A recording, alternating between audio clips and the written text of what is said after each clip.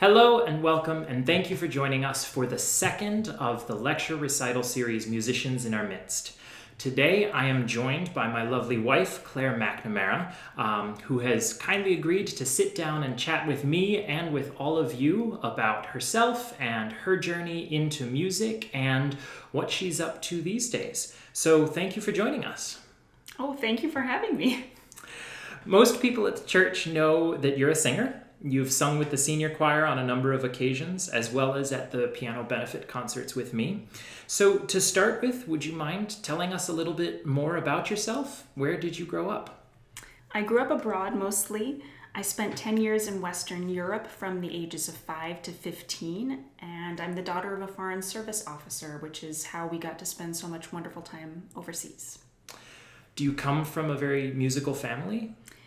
Definitely a family of music lovers. My mother played piano her whole life avocationally. My father was a serious linguist, which was helpful for his foreign service work.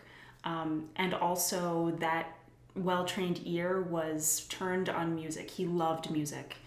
And he fell in love with instrumental early music around the time we moved overseas. So he was a big fan of piano solo work and works by, say, Bach and Handel, and a lot of the early music greats that we think about today.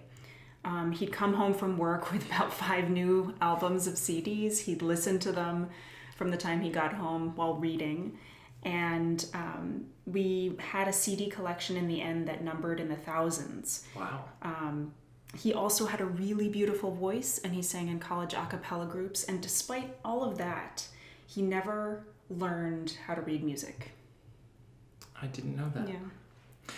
Do you think that your experience as a child in Europe meant that your exposure to music was different than it would have been, say, for children here in the US? It certainly was. Most of my musical exposure was either at home or in children's choruses that I belonged to, so that was the very first access that I got. I might have had that here. I started singing in children's choruses at the age of 6 at a very high level.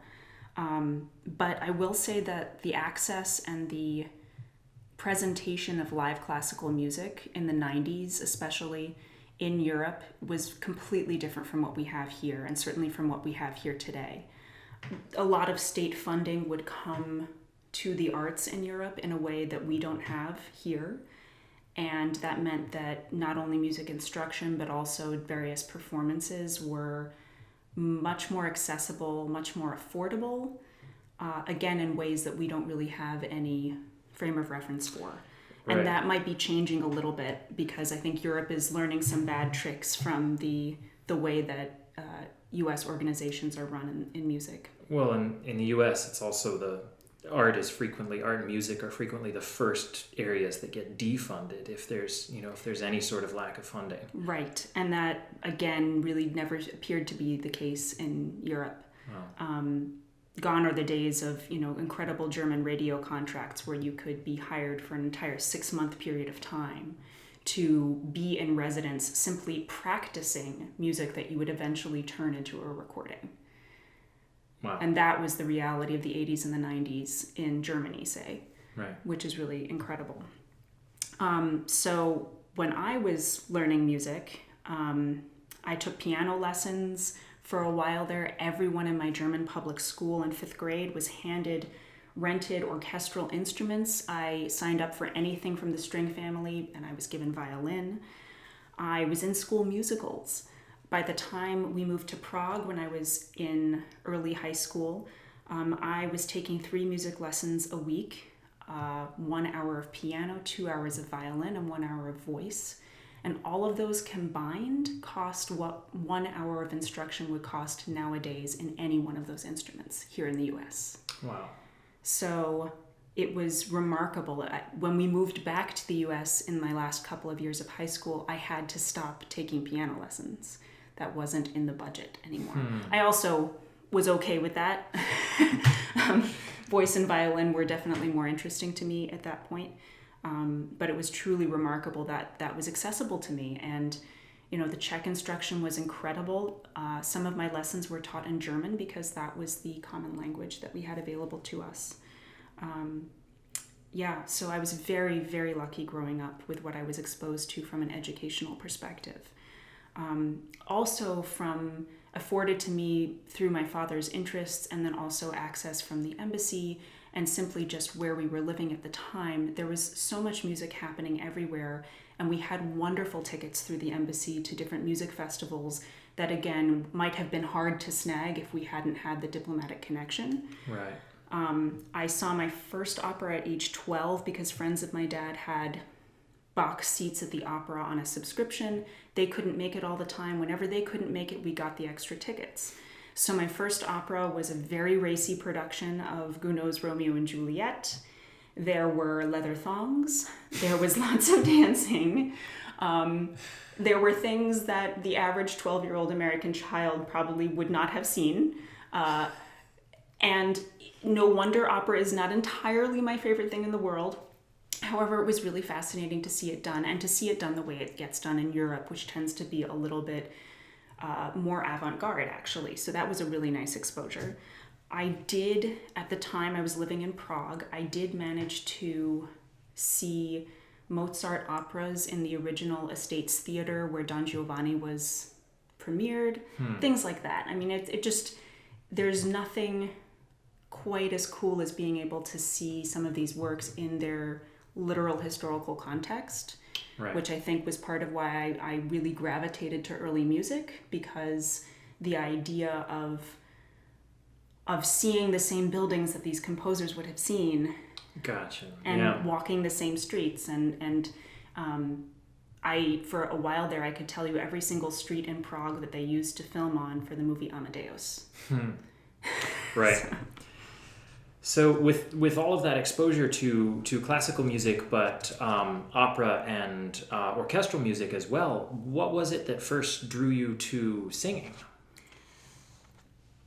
That's probably going to be the shortest answer of the night, because I've just always liked it. I just always sang. Everything felt better.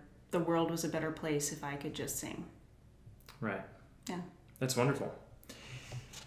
So most people actually struggle to imagine what a career as a full-time gigging musician is like. I know there have been times when you've been asked at, receptions after concerts, okay, well, what else do you do? Expecting, a normal full-time job answer. Can you give us a little bit of a day in the life, or perhaps more a week or a month in the life is more appropriate? A little bit of a picture of what it's like actually being a full-time gigging choral singer? That's a great question.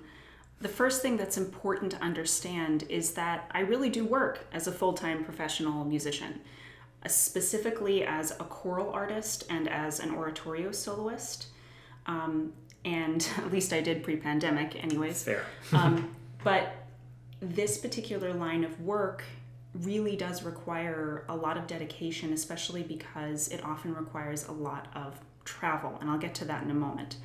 But I will say that the professional choral world has grown by leaps and bounds since the recession in 2008. It's now a line of work that really can sustain a full-time income, and there are enough choral opportunities where that became possible nationwide. So that's a really impressive and beautiful thing, and is one of the reasons why this pandemic is so devastating, because there is this beautiful growth and momentum to this new field of performing that has been stopped dead in its tracks with the pandemic. But of course, when you think about providing entertainment to a lot of different people in a lot of different places, this means that my work has to get done when everybody else has the time to listen to us. So I do my work primarily on evenings, weekends, holidays, you name it. So anytime you're relaxing is when I'm on deck, which is totally cool. But you get used to living in an opposite schedule. Right. Just like people get used to working night shifts. It's not quite as crazy as that, but it's also just a different flow to life. Christmas has always been a little unusual. For many years there, I had one of the big church jobs in Boston, so I would sing a midnight mass. I would wake up super early the next morning, hop on the T, get on an airplane on Christmas Day, and fly home to spend the rest of the day with my family. You get used to things like that. But in addition to working non-standard days and non-standard hours, just the simple financial math dictates that I have to travel in order to make enough money. As wonderful as Boston is with its musical offerings, it does not provide enough in terms of salary to truly sustain any full-time musician, which is an unfortunate truth. So anytime you go to a concert, just remember that this is something that even the locals have to diversify their locations in order to be able to sustain a full-time job. The only city in the United States that actually provides that is New York, and still many of the people who live and work in New York choose to travel because it's a lot of fun, and we'll get into that too. But in a typical year, I spend up to a third of my time on the road with many different organizations. So there's probably about anywhere from 4 to 6 organizations that I'll work with on a regular basis throughout the year. Some gigs are one-off gigs, but it's usually a nice little grouping of organizations that will hire me anywhere from a year to a year and a half in advance. So I have some security in my jobs because I know what I'm contractually obligated for almost an entire season. And the season maps on to sort of the church season or the school year. It's September through June is the usual performance season. So in any given month, say I'm busy for about 3 out of 4 weeks. Say in week 1, I'm traveling in Cape Cod with the Skylark Ensemble, and we perform, by the weekend, we're performing in Chatham on the Cape and then going up to the North Shore and performing in Newburyport. So even though it's local, I'm still staying in someone else's home for a week and I'm not at home with Ian. Say I wrap my final concert on Sunday, I come home, I change out my suitcase. By Monday morning, I'm on a flight, say to somewhere in the Midwest. There was one gig I did last year where I flew out early in the morning to Kansas. We drove from Kansas to we flew from Kansas to Wyoming then, and then we drove from Wyoming to Colorado to do a series of 3 different concerts and residencies at different universities. So that can sometimes be what I do for an entire week. Then I fly home, say for week 3, I take a break, I get reacquainted with Ian, I do some laundry, I get out for some walks and reconnect with sort of the things that allow me to rest my body. And then maybe week 4, I'm doing a gig from home with Handel and Haydn Society performing at Symphony Hall. And that's evening rehearsals every single day, and then a series of performances. Standard travel gig schedule starts on a Monday and includes up to 6 hours of singing per day while we rehearse. Concert days usually don't have rehearsal, but can have sound checks. It's entirely reasonable and normal that there are weeks where singing really is a 40-plus hour activity. Hour-wise, that's a lot of back-to-back marathons that the voice is running every single week. Physical health and stamina are then huge factors for this particular job. Learning how to pace yourself and how to take care of yourself on the road is a necessity, and it's also a constant challenge. Travel doesn't always play so nicely with things like routines and being able to eat healthfully and get good night's sleeps. You're in different beds a lot of the time. Sometimes the travel schedules are a little on the demanding side, so even if you wanted to rest, you wouldn't have a ton of time for it. And so there's also the factor of when you're on gigs, you're traveling often with colleagues who are also friends. It's a small number of people who do this around the country, and you're likely to see good friends many times a year, whether you sing or live in the same place or not. And so when you're not singing, it's really nice to spend time with these people. It also provides sanity because there's a lot of time that I'm away from home, as you know. Right. As you know. But there really is a limit to how much healthy singing a voice can accommodate on a regular basis. And I would say our bodies are always riding that edge, as with any other field where you're dealing with athleticism. Right. So the first piece you're going to share with us here as the audience is an excerpt from a larger work that you recorded with Skylark. Do you want to tell us briefly a little bit about the piece? Sure. So first, a little background on Skylark, which I keep mentioning from time to time. I've been a member of Skylark Vocal Ensemble since their second concert back in 2012, so I'm one of the longest running members of this organization. It's a chamber-sized choir for both men and women, all professional, run by somebody named Matthew Gard and his wife Carolyn Gard. It was born in Atlanta and moved closer to the Boston area, so on Cape Cod-ish, within the past few years. We've done a whole bunch of different CDs. One of our favorite albums, called Seven, was nominated for 2 Grammy Awards, one in Best Choral Performance and one also for Best Surround Sound Recording. So it's very cool. Check it out. But the week after we recorded Seven, we also recorded our very first Christmas album called A Winter's Night. And the centerpiece of the first few years of Christmas concerts that we did touring around the US was this larger work by Hugo Distler, which is 7 variations on a theme of Lo how a rose ere blooming. So we took this beautiful hymn that we all know, the original Praetorius hymn, and then he went and did these beautiful, almost watercolor miniatures of different parts of the Christmas story set to music that resembles Lo how a rose ere blooming. What I have here is one of the middle variations. It's only a couple of minutes long, but Distler imagines the Virgin Mary singing a line of chant above what the rest of the chorus is singing. So they're singing 2 separate texts, and it's very beautiful, it's very intimate.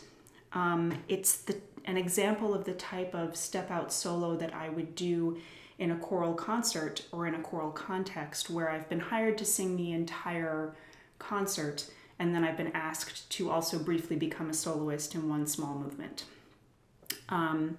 This particular recording was recorded at Church of the Redeemer in Chestnut Hill, so some of you might know that space very well. It's one of the best recording spots in Boston. Lots of groups use it. Distler's music is about as ephemeral as the man himself. So he was a German organist and composer who was kind of hitting his stride, coming into his powers, so to speak, in 1930s in Germany. And unfortunately, he was a brilliant organist and composer, and unfortunately, his work rapidly earned the title of degenerate art from the Nazis. Between the stress of the Nazi regime and the way he was singled out by them as well, he became deeply, deeply unhappy and unfortunately committed suicide during the Second World War at only 34 years of age. So there's a whole bunch of music that we've been robbed of due to this real tragedy. It's a reminder that moments of strife like World War II can really, really damage the world of art in irreparable ways. And but with that as the backdrop, this is a very beautiful piece of music, and hopefully it will soothe your soul.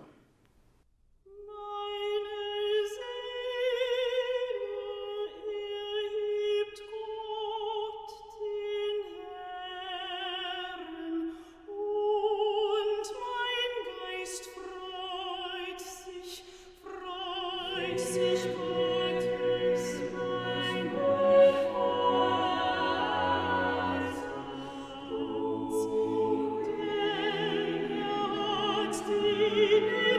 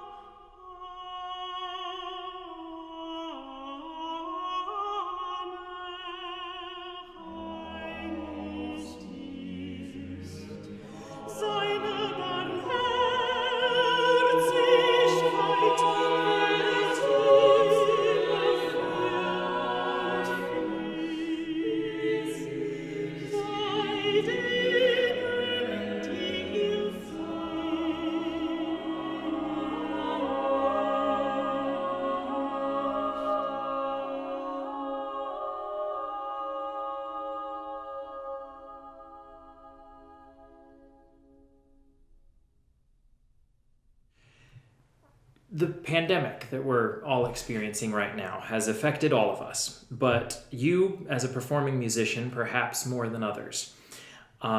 Would you mind telling us a little bit, what are performers like yourself and organizations like Skylark doing to keep going at a time like this? The short answer is we're doing the best that we can under the circumstances. Fundamentally, this means that pretty much everything in the performing world is shut down, as many of you know.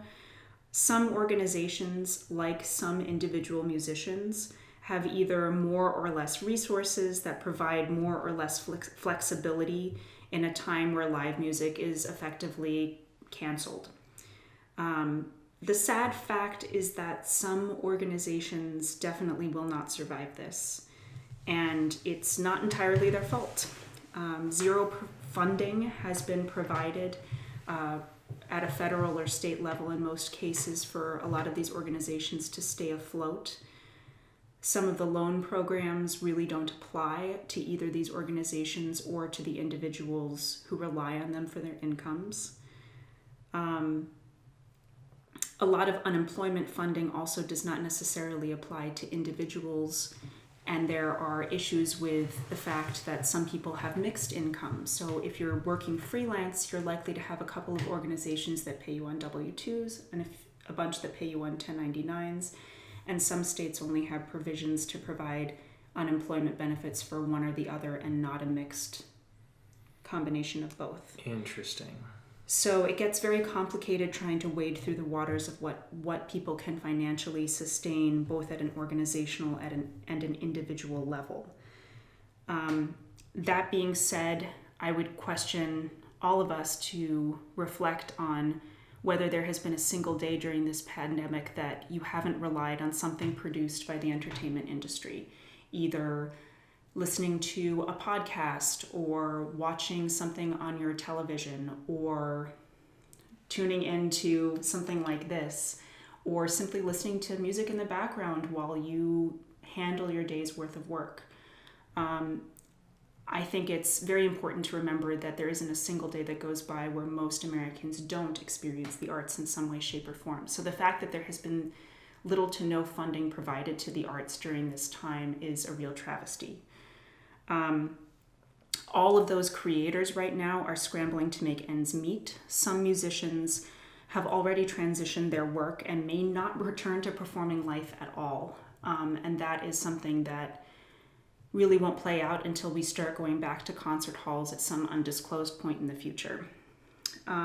Music, as you may well know, is not a particularly lucrative field. So the realities of the pandemic as applied to the singing community, that causes hardships ranging from mild to severe. So we've spent a lifetime as performers developing all of these professional creative skills, and they're highly honed, and we're highly competitive individuals who in an artless world right at the moment really don't have many options. Even though the arts will return, the live performing arts as we know it has basically come to an end, and whatever happens after this will be in an entirely new wave of efforts with some very different faces, unfortunately. Some organizations have been in a great spot to experiment through the pandemic. I'll just speak to the ones that I'm most familiar with. So Skylark has designed an online platform called Skylark Plus. It's a subscription service, much like Netflix or, Disney Plus. Wonder where they got the name. Wonder where they got the name from. A monthly subscription to Skylark Plus provides access to a whole host of different content. So there's some choral conversations and lecture series that are being offered from different luminaries in the field through Skylark, which is really cool. There are artist recitals that have been put up. Ian and I have done an artist recital on Skylark Plus, so 45 minutes of us doing our thing, which is really wonderful. And all proceeds go directly to the performers themselves, because this type of platform has very little overhead, which is really nice. So right at the moment, it's at this great self-sustaining spot. It's gotten a write-up in the Boston Globe. So that has been an innovation that has been a really positive thing. It, of course, does not sustain us the same way that a normal performing season would, but at least it's not curtains on us or the organization. That being said, Handel and Haydn, which I sing with, is also in the process of learning how to do more online content and learning how to try and imagine what concerts could look like for the time being without being able to have access to Symphony Hall or the type of audience that we're used to having. So there's some growth happening there. Unfortunately, because their model is much more larger works, larger numbers of people, they are having to rethink that model a little bit right now. And because of that, it means that with concerts fully canceled pretty much through the spring in some cases, that you're dealing with them needing to provide a little bit of extra money to help their artists out. They're being fantastic. Up until this point, they've been giving us half of our fee for every concert that is canceled, and that is above and beyond. But then again, we're dealing with an organization that's old enough, has a deep enough board commitment that this is financially feasible for them right now, which is really remarkable. Do you get the sense that that's at all standard in the professional art world right now, or is that is that an outlier? It's definitely an outlier, and Good for them. I remain very surprised at that capacity, frankly. It's been widely publicized that things like, the Boston Symphony and the New York Philharmonic and the Metropolitan Opera, all of these huge organizations that we think of as really being the backbone of the American classical music tradition, they have not remotely been able to keep anything afloat. They've had to lay people off, they've had to fire people, artists are not getting half fees. So there's a gentle middle ground of you want to be just large enough that you can sustain the people on your roster and just small enough that sustaining people on your roster doesn't bankrupt you. Interesting. Yeah. There are also a certain number of organizations struggling to figure out safe practices for trying to get back together for some live performing or at least live recording. Again, the smaller the ensemble, the safer that is. But for some of these larger projects, in my opinion, it's a little bit of Russian roulette that's getting played. And we'll just have to wait to see how that plays out. Right. But I will say not all performers have access to the resources or the technology that are required to make good at-home recordings. So there's also a learning curve with adapting to a new state of affairs. We're all used to performing in live spaces, in front of people. You perform it once, you walk away. So there's an awful lot that has to be learned here. And that's also a barrier to people succeeding at that because it requires time, energy, and money to develop those new skills. Right, because there's a baseline of technology that you need to be able to create a good at-home recording for any of these projects, right? Right, exactly. And that's where, I've been really lucky to have you around because you've been needing to develop these skills anyway for your work. And so that means that we have a certain, actually at this point, we have a wide set of options that we can use for making our recordings happen. Right. Redundant sets. Right. Most of which are actually owned by the church, purchased Right. for the musical 2 years ago, 3 years ago that I sort of absconded with and borrowing long term for the pandemic so that at-home recordings can still happen here. Right. And this makes us incredibly lucky because these are luxuries that are not afforded to every musician. Organizations are not necessarily, some organizations are, but very few organizations are providing the necessary recording equipment for people to make high quality recordings. So if they want to keep doing recordings from home in any way, shape, or form, they're often shelling out their own money, and then they're not even making a full artist fee because they're not doing a full week's worth of work.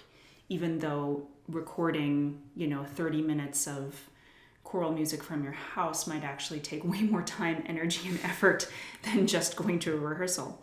Right. So it's, and I'm enjoying the challenge of learning new things, but again, that's not what we're trained to do. We're trained to sing really well in a very specialized way.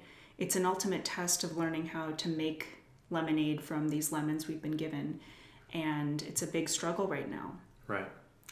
So the next piece that you're actually going to share with us here is a piece that you recorded here during quarantine. Yeah. Can you tell us a bit about the piece? What is it? Where is it from? And what was the process of recording it like? Sure. So I'll start out, after talking about how awful quarantine is for the arts, I will say that quarantine isn't all bad.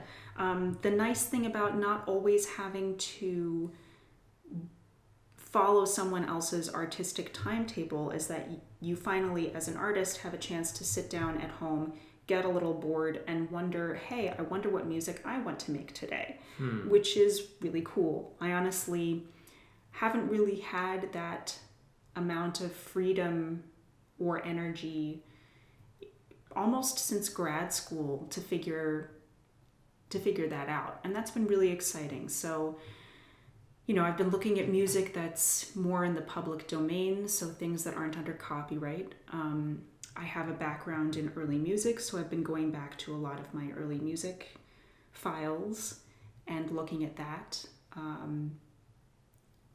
And so it's been an exciting time, honestly. But I also really miss the sound of choirs. And because I miss the sound of choirs, I've been playing around with how I can turn my voice into a choir. And so the pilot project that I selected for that was a piece from a 14th century manuscript. It's an anonymous manuscript from Turin, Italy, and it has a whole bunch of transitional music, sort of transitioning from the medieval period to the Renaissance. Some of you music history buffs might be familiar with the term ars subtilior, which is basically really, really whacked out late medieval music that gets quite strange and quite multi-metered before all of a sudden, the Renaissance hits and suddenly we have Dufay. But so this manuscript is very underperformed, really strange, cool stuff. And I haven't done a whole ton of it over the years. But there was a round that I learned in grad school that I performed with a few of my classmates. And I brought this back. It's called toujours, which means forever or always in French. And it's a love song, but every single voice, and it's expanded out to 4 voices, every single voice is singing the exact same melody, just shifted a few measures apart. So you'll hear that.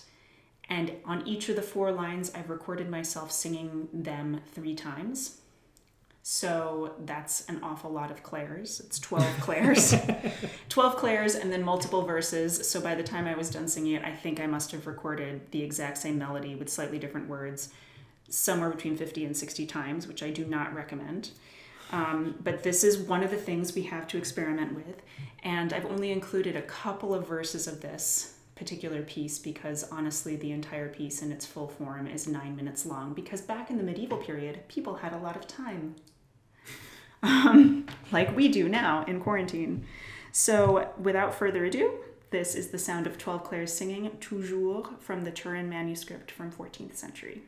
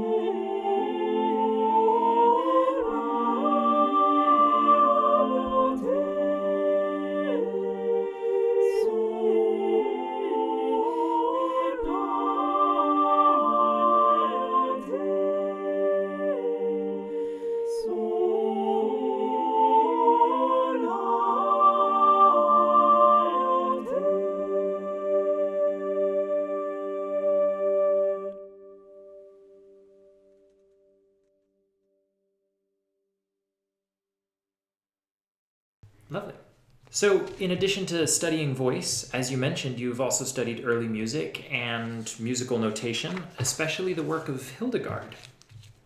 So, can you give us a bit of a picture of who she was and maybe why you felt yourself drawn to her music? Right. And when we say Hildegard, we mean Hildegard von Bingen. My dad had some Hildegard recordings made by the group Sequentia from the 80s and the 90s. And the group's performers, some of whom live in the Boston area these days, actually, which is really cool, and I'll get to that in a moment. Sequentia was led by Benjamin Bagby and Barbara Thornton. One of these old recordings has a piece of Hildegard sung solo by Barbara, and it's one of the most glorious things I've ever heard. I think the first time I heard it, it was the only thing that my brain could wrap itself around for days. I wanted to learn how to sing like that. I wanted to learn more about the repertoire. When I looked up pieces by Hildegard, they looked silly on the page to me because it was literally just like a whole bunch of tiny little chant-like notes, but there was no sense about them. Or there wasn't any idea of how to string them together or how to make sense out of them. And so when I brought a piece of Hildegard to my graduate school audition for the Launchy School of Music, the person hearing my audition and ultimately my voice teacher, Lori Monahan, she was like, "Oh, you have to see what Hildegard really looks like." And she brought me into the library and opened up a facsimile of one of the old manuscripts and said, "This is what it looks like," and showed me this beautiful writing. And she said, "Don't you want to learn how to sing from this?" And I said, "Yes, this would be really cool." And luckily I got into the program and she did that. She taught me how to sing Hildegard, and she had sung on these early Sequentia recordings as well. So I was brought into that tradition of reading the original musical notation that Hildegard wrote in. And I was super lucky to have that. So a little background on Hildegard. She lived in the 11th century, almost 1,000 years ago. And yet her music remains so visceral and so clear to anyone who hears it. I really have never run across somebody who says they hate Hildegard. And for most people, it's a very moving, gut-wrenching experience. The feeling of her music, the feeling of singing it, the power of it is what draws me to her work. She was a Benedictine nun from central Germany. She was given to the church at a young age by her family. I think she was the last child of her family. And so she came from sort of lower nobility. They didn't have enough resources to marry her off. They didn't need her to marry off to, so she just grew up in the church. She lived a very long life, but it was punctuated with distinct moments of very ill health. And it's only until she hits about late middle age that she starts writing about her ill health. And apparently for her entire life, she had heard music and had visions that she interpreted as being divine revelation. So she then became known around Europe as being a renowned mystic. She recorded all of her visions and all of the music that went along with them. And she had a scribe who helped her put everything into very beautiful musical notation, which we still have today. And so we have these gorgeous manuscripts of about 70 pieces by Hildegard, on top of a whole bunch of other philosophical writing, a whole bunch of naturalist writings. She's seen as one of the first naturalists in Germany at the time, writing a lot about herbs and food and all sorts of healthy living, which is kind of wild and crazy. It worked. She lived a very long time. But one of the things that stands out is that the musical notation is really different from what we use today. As with most other languages, of course, music is a language. Written music has shifted, it's changed, it's evolved. And learning how to read a slightly different musical language has its benefits. So I only perform Hildegard from my own transcriptions that come directly from the original manuscripts that she created. I sing from the original neumes. So neumes is the word that we give to a lot of these earlier shapes that meant musical things. I'm convinced that singing from these neumes makes the music come to life in a very different way. I don't know if anyone's ever had an experience of reading a favorite poem in a translated version and then discovering that poem in its native language. So for me, I love Pablo Neruda, but I don't speak Spanish very well. So I love the translations into English. But if you then consider going and reading Pablo Neruda in the original Spanish, there is something extra brilliant and beautiful about seeing it in its original language and the cadence of the sentence structure and how it sparkles because the sound of the words matter. Right. It's sort of similar to this process of singing from this original notation compared to reducing it and stripping it away and translating it into modern notation. So what I think we'll do is, just so everyone knows, while we're playing the recording, which we're going to hear in just a moment, we'll include on the screen a photograph or a scan of the original manuscript that it comes from, as well as a portion of your own transcription of it, and the text, just so that people get an idea of what these neumes look like and how different it is from modern music notation that we're used to. That's great. So here's a track of one of my favorite pieces. It's O Quam Magnum Miraculum. Hildegard expresses some interesting theology in this piece, and we'll also provide the translation. Some of her interesting theology is evidenced here, that the miracle of Mary bearing the baby Jesus into the world actually erases any original sin that womankind is responsible for. So in this piece, Hildegard expresses that, with God, women are now completely in the clear through the miracle of Mary bringing Jesus into the world.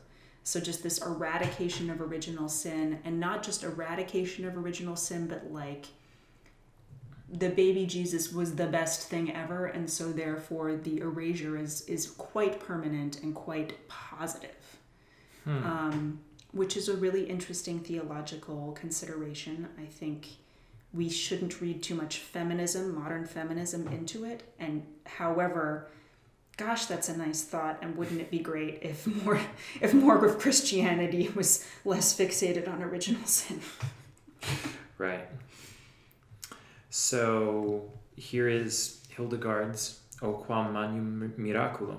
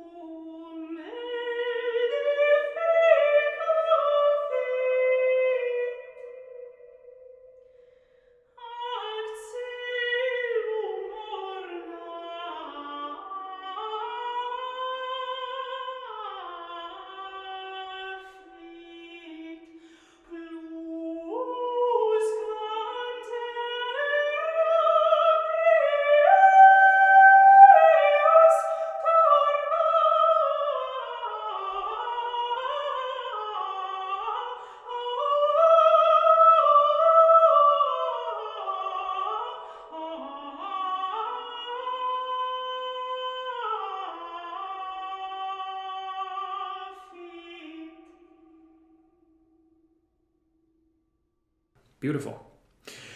We've also had the opportunity to record some pieces together with piano and voice right here in the house on this beautiful piano. Do you want to tell the audience a little bit about the concert that we recorded together and what it's been like for you, sort of stepping out of your usual role as a choral singer and doing some art songs and some jazz standards, and how that came about, where the music came from, and what was that like? It's been a really freeing process to look at music that I haven't had a chance to do all that much before. Again, what I was saying before, where all of a sudden, I can do things on my own terms a little bit more artistically. That's really nice. I could have done that before too, but when you're on the road that much, it's a little hard to figure out when you can practice things with your husband. So that's been lovely. We've just had time to actually perform stuff together and practice stuff together and look over repertoire. And sure, for right now, I can't join a full Baroque orchestra and sing arias by Bach. And that is okay, because I can find some really great stuff to perform with my husband in my own home in a completely new style that I haven't really had a chance to figure out vocally yet, which is exciting. So it keeps things fresh and interesting for me.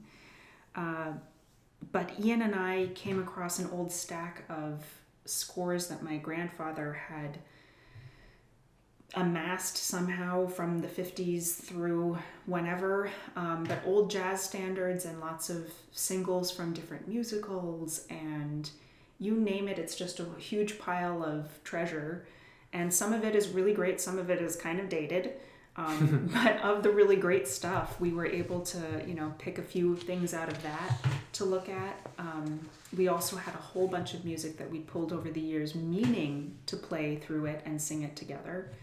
And we hadn't really ever gotten around to that. So when we finally had that chance, we put together a concert of 10 pieces and packaged it nicely for Skylark Plus, and we're really happy with that, I think.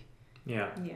No, it was a lot of fun. It's a lovely, lovely recital, and it feels good too, because I in my professional career, I have not yet done a solo recital. So that was a really lovely thing to be able to do. Right. And if anyone watching is a member of Skylark Plus or interested in becoming a member, that concert is still up and available for streaming. It is a concert that is owned pretty much by Skylark, because it was a performance for them. So it is only available through that platform, but it is still available if anyone's interested. So we do have one more piece to share with the audience. Do you mind telling us a little bit about it? Sure. So in the same vein of our Skylark Plus recital, we have prepared a lovely extra piece just for you here at First Church. From the musical Kismet, which comes from 1953, this song went on to become a hit single among various solo vocal artists. So some of you might recognize the tune. The name of the piece is Stranger in Paradise. And the tune itself comes from Alexander Borodin's Polovitzian dances that also come from his opera Prince Igor. Mm-hmm. And Ian heard me bring out this piece the other night and just sing through it a little bit, and I didn't recognize the tune at all, but Ian poked his head around and said, "Hey, that's Borodin." So I had been part of a performance of the Polovetzian dances in college, and the tune was instantly recognizable. That's so cool. That's really, really wonderful. So yeah, I mean, who knew? I did not know much about Kismet at all, and I looked it up, and a large portion of the music from Kismet has been directly taken, melodically speaking, from a lot of Borodin's works, which is fantastic. And so it's this lovely mishmash of classical music reimagined into musical theater, and then it was taken out of the musical theater world, and both men and women were singing it for various different solo performances and solo albums. So it's kind of had a life, and this tune has had a life in many different places, and that's really nice. Wonderful. So here you have Stranger in Paradise from the musical Kismet. And when we are done with this song, we are going to transition to a live question and answer session on Zoom for anyone who is watching this live.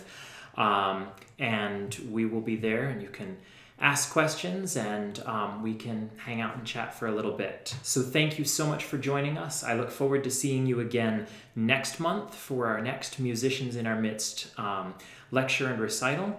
And Claire, thank you so much for joining us today and for sharing your time and your talent with us. Thank you so much, and thank you for listening. I really appreciate it.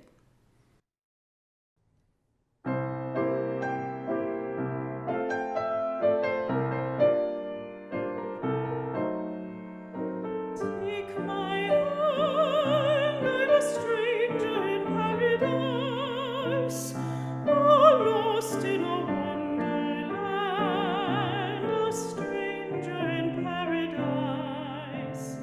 If I stand starry-eyed, that's a danger in paradise, for mortals who stand beside an angel like you. I saw your face and I ascended out of the commonplace into the rare. Somewhere in space I hang suspended until I know there's a chance that you can